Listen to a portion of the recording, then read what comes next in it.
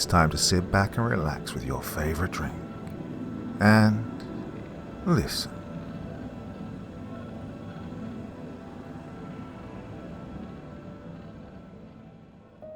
It is said that crime and punishment both grow out of one single stem.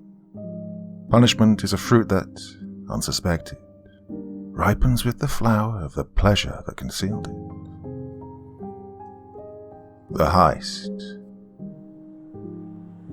The truck squealed as it turned the corner, going into a sharp drift that threatened to topple it and everyone inside.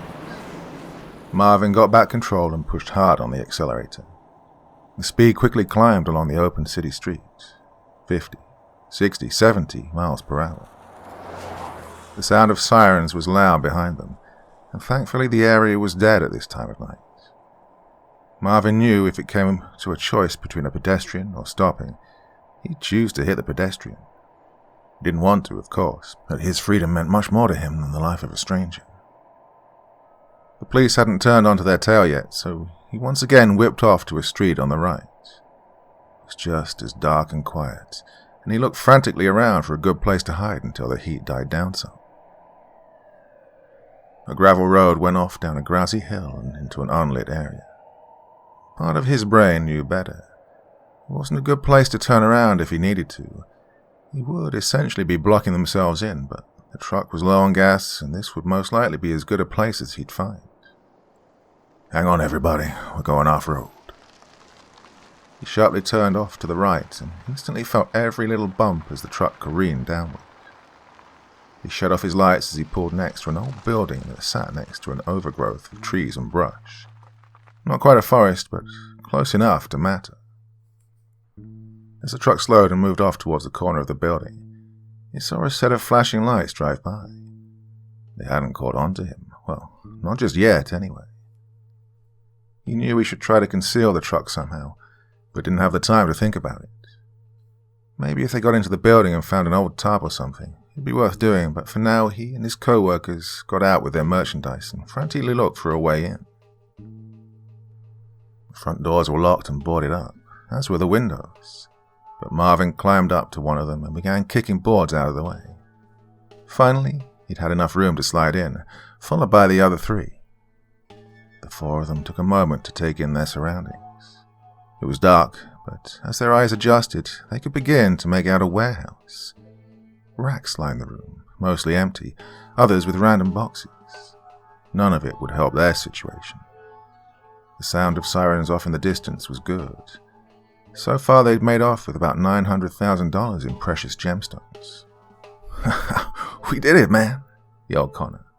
"Hell yeah, we're set for life," echoed Thompson.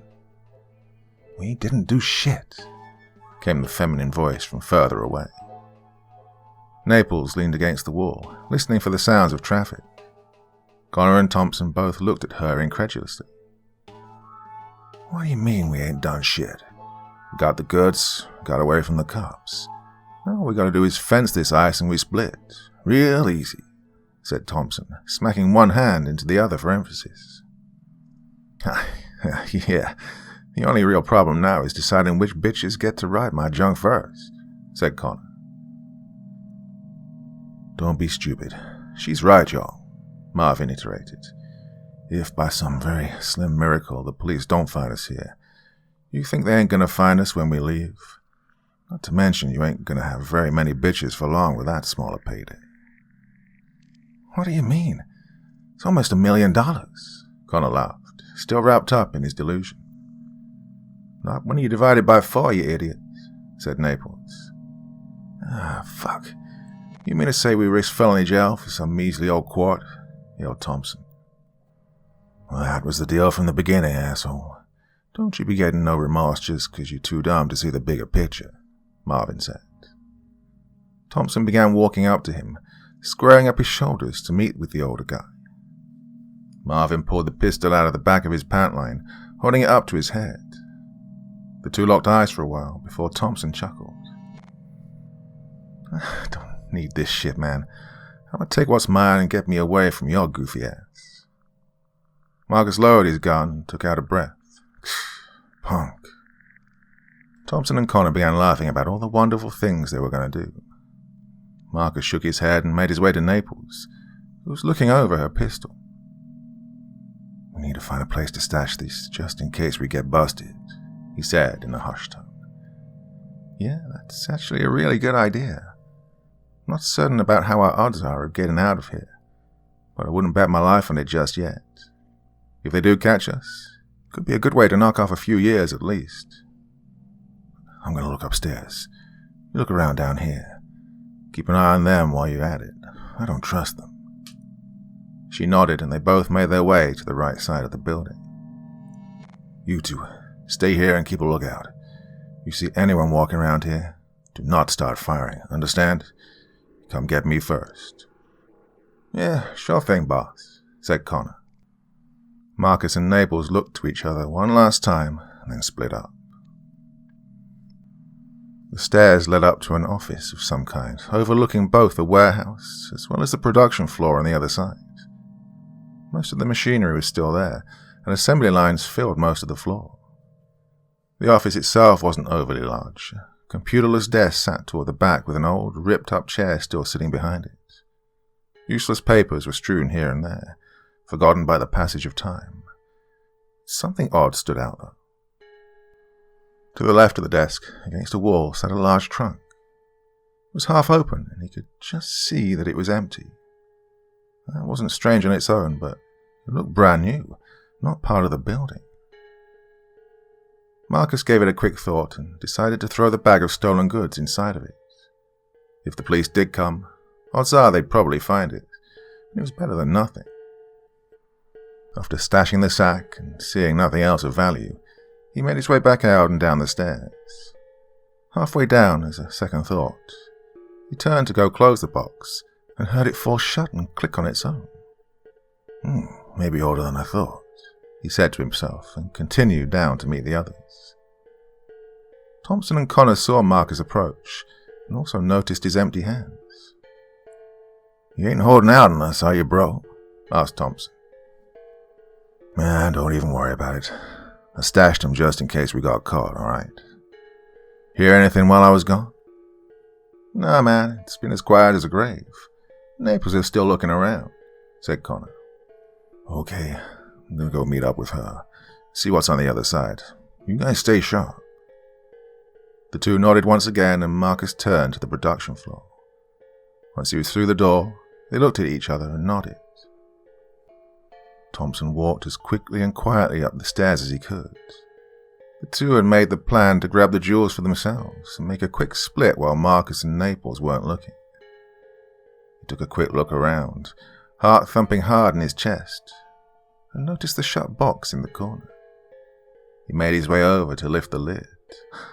There it was, the bag that would change their lives. Grinning, he reached his hand in for it and tried to pull his hand out when he noticed the moisture lining the bottom. His hand wouldn't budge. It was stuck and pulling hard on his skin.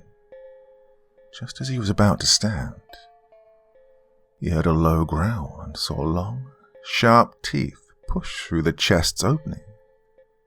The lid came down hard on his arm, and he screamed as the teeth sank all the way through his skin and the meat of his arm.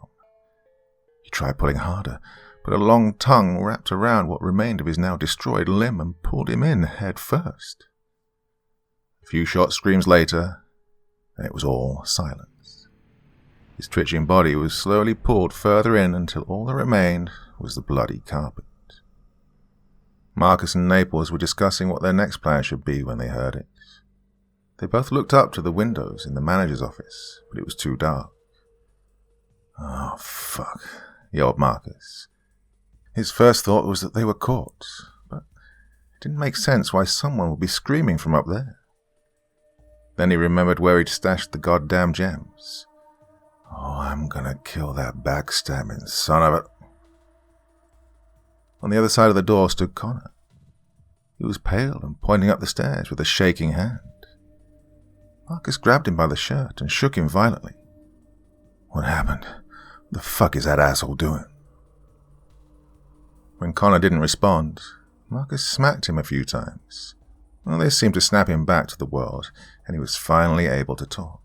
It was all Thompson, boss. He was talking all crazy about taking everything for himself. I saw him going up, but, well, he screamed, and I ain't seen him since. Useless asshole, Marcus yelled, throwing him to the ground. Naples was already up and in the room. He met her at the door, and they both looked around. Nothing was out of place except a large amount of blood that was soaking into the green carpets. That, and the fact that the chest was now missing. He looked all around for any possible explanation, and noticed the window leading out to the warehouse was open. There was no possible way for anyone to go out without dropping down about 20 feet. Well, it was possible, but how would he have gotten by unnoticed? Why was there so much blood on the floor? Well, it wasn't adding up. Connor, you sure he didn't come back down these steps? He nodded dumbly in response. Fucking useless everyone. Okay, Naples, we're gonna split up and find that double-crossing backstabber, and then we're gonna get the hell out of here. Believe me, when I get a hold of him, there won't be anything left to give a share to, she growled back. She then pulled out a pistol and ran down the stairs. Connor, you go to the other side and look for him. I'm gonna stay up here where I can see everything. If I catch you trying to sneak off with him, you're gonna be just as dead as he's gonna be. Got it? Connor nodded and ran over to the doors going out. He knew something was very wrong here, and that Thompson didn't just flake out on them, but he was glad to be down here and away from that room. At this point, he would have almost welcomed getting arrested. He made his way from assembly line to assembly line, gun rattling in his hands, looking around like a scared little rat. He could swear he could hear sounds, some sort of movement he wasn't able to make out. There must have been echoes from the other side of the building. Surely there wasn't anything over on this end. Hell, even if he didn't find anything, he'd just stay out of this way anyway. Much safer. The bathrooms were over here too, and he realized he really needed to piss. He was surprised his bladder hadn't burst yet. He ran over to the dark room and to the first urinal he could make out. He undid his pants just in time, and the relief was instant. Tears almost seemed to form in the corners of his eyes as he emptied himself. He was so lost in the moment. He didn't hear the low growls coming from the toilet, or the long dagger-like teeth begin to slide out of the top and bottom of its surface. His joy turned to revulsion as he felt something brush against his leg. He looked down and saw something like a snake with sharp barbs poking out, wrap around his thigh. He screamed and tried to pull away, but, like Thompson, it was like he was superglued to the thing. He gave one hard pull, but it wasn't enough as the tongue pulled him back, and daggers of pain shot through Connor's skin. His screams turned to high-pitched wails as the teeth pushed through the meat and bone of his hip. There was no escaping this thing as he fell to the dust-covered floor. He tried to move away, but his lower body no longer followed his commands, and the thing's tongue pulled him closer still. Connor's body was devoured, and the creature's enamel-looking body turned to a blob-like state. Its mass, which was originally so small, had filled out and was growing quickly. The gelatinous blob crawled up the walls and through a hole in the ceiling. The door burst open as Marcus ran inside, gun drawn. He looked around but couldn't see anything apart from a nasty old bathroom at first glance. Then he noticed the dark color in the center of the dust. He reached down and touched it, feeling it was wet. He smelled it, and it had the iron tang of fresh blood. Naples came in behind him, aiming at anything that could be a threat. "You find him?" she asked. "No, I'm pretty sure the fool's dead. More blood, but no body," he said as he stood and pointed his gun toward the dark stains. "Well, I hate to say it, but we better cut our losses and just go if we don't want to end up like them." She was clearly bitter about the thought of losing close to $1 million. Well, who could blame her? But her life was much more valuable to her. Might not be so bad if they knew what they were up against here. But with nothing to go on but pure freaking vanishing acts, it'd be stupid to wait and find out. Yeah, God. I hate to, but there ain't no way in hell I'm dying in this place. We daylight soon. We're to go back out the front and head south. Nothing but woods once you get toward the edge of the city. Maybe we can make it. With a sigh, she nodded, and they made their way back to the front. Man, I really wish I had a flashlight, Marcus said under his breath. I know what you mean, but we'd be a walking beacon. Better to move quietly through the dark, she said in a barely audible tone. They walked to the door, guns drawn, and Naples pushed it open. Through it she didn't see the warehouse, but rather another door, exactly like this one. Hey, when were there two doors? She asked, looking over. Marcus looked just as confused when she noticed her hand was stuck. They also noticed the gleaming white teeth begin to form around the door in its frame. Oh shit! Marcus, help! She pulled hard, but the door wouldn't budge, and its long, fat tongue pushed out and began to encircle her. Marcus fired round after round into the creature. Well, they seemed to do very little, but with his last bullet, he hit what he thought might have been an eye. The creature screeched in pain, and the tongue unraveled around her. She pulled hard, and her hand came away, but not without losing a large area of skin from her fingers and palm. They both ran back, and she sent every bullet she had into the creature. It's not working. What the hell is it? She yelled, throwing the gun into its now melting body. The form became an amorphous blob once again and rolled towards them, corralling them into a corner. Climb over them belts, yelled Marcus, and the two began making their way slowly to the door behind the thing. It was faster than it should have been, and as they climbed over the final line, the blob attached itself to Marcus's leg. Let go, you fuck. He desperately pulled and was getting nowhere. The gelatinous form began to form large white teeth, and they sank down just above the knee. He screamed as blood pumped in heavy streams from the severed limb. He went in for another bite, but Naples was able to pull him free. She wrapped an arm around him, and the two went to the front door. She was about to open it when it shot open by itself. On the ground now. A police officer had a flashlight in their eyes and a gun trained directly on them. Well, they got down as best they could, trying to warn the cops of the monster that was inside, but they were ignored as handcuffs were slapped around their wrists. Naples was taken to the back of a squad car, and they did what they could for Marcus's leg. Detective Norris, who was assigned to the case, pulled up not too long after. What the hell happened to him? He asked, looking at Marcus's grievous wound. Not sure. He was raving about some monster, and then he fainted. My best guess is they didn't want to split the money and turned on each other. Good thing the gunshots were called in, or we would never have checked out this old place. Anyone been inside yet? Well, we wanted to wait for backup before we cleared it. The other two haven't been apprehended yet. This could get ugly. The sergeant nodded. Wait here with him until paramedics arrive. You two, I want you to back me up. Everybody clear? Yes, sir, they all replied. One of the officers quickly opened the door, and Norris readied his weapon. It was quiet. In a hushed tone, he told them to follow as he walked softly inside. They made their way to a staircase and the ladder that led up to a trapdoor to the same office.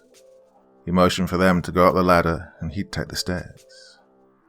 Sergeant Norris was no stranger to dangerous situations. This could easily turn bad fast, so he needed to be faster. He moved in as silently as possible, while making good time up to the office, weapon ready to take out any threat. He got to the top, and he found there was none. He looked around the office, seeing no one other than himself. He did notice the blood on the floor, though, still moist, but no trapdoor entrance in the floor. And that's when he heard it. The screams of the other officers coming from below him. In a flash, he was down the stairs and looking at something. He was sure it couldn't be right. The ladder they were on was curling up around both the men. The trapdoor attached to the ceiling was wide open, surrounded with massive white teeth. Saliva dripped down on top of the trapped officers as it slowly pulled them in.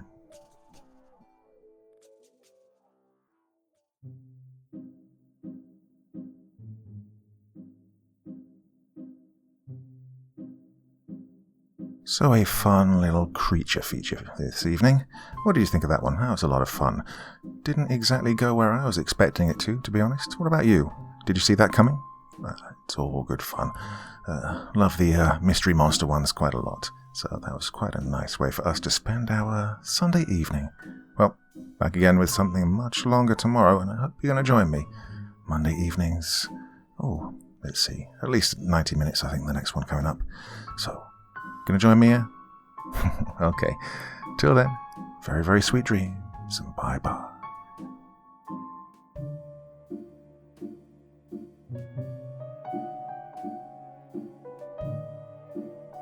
Thank you so much for taking the time to listen to this story today. Really means a lot to me and to the author of the story, of course.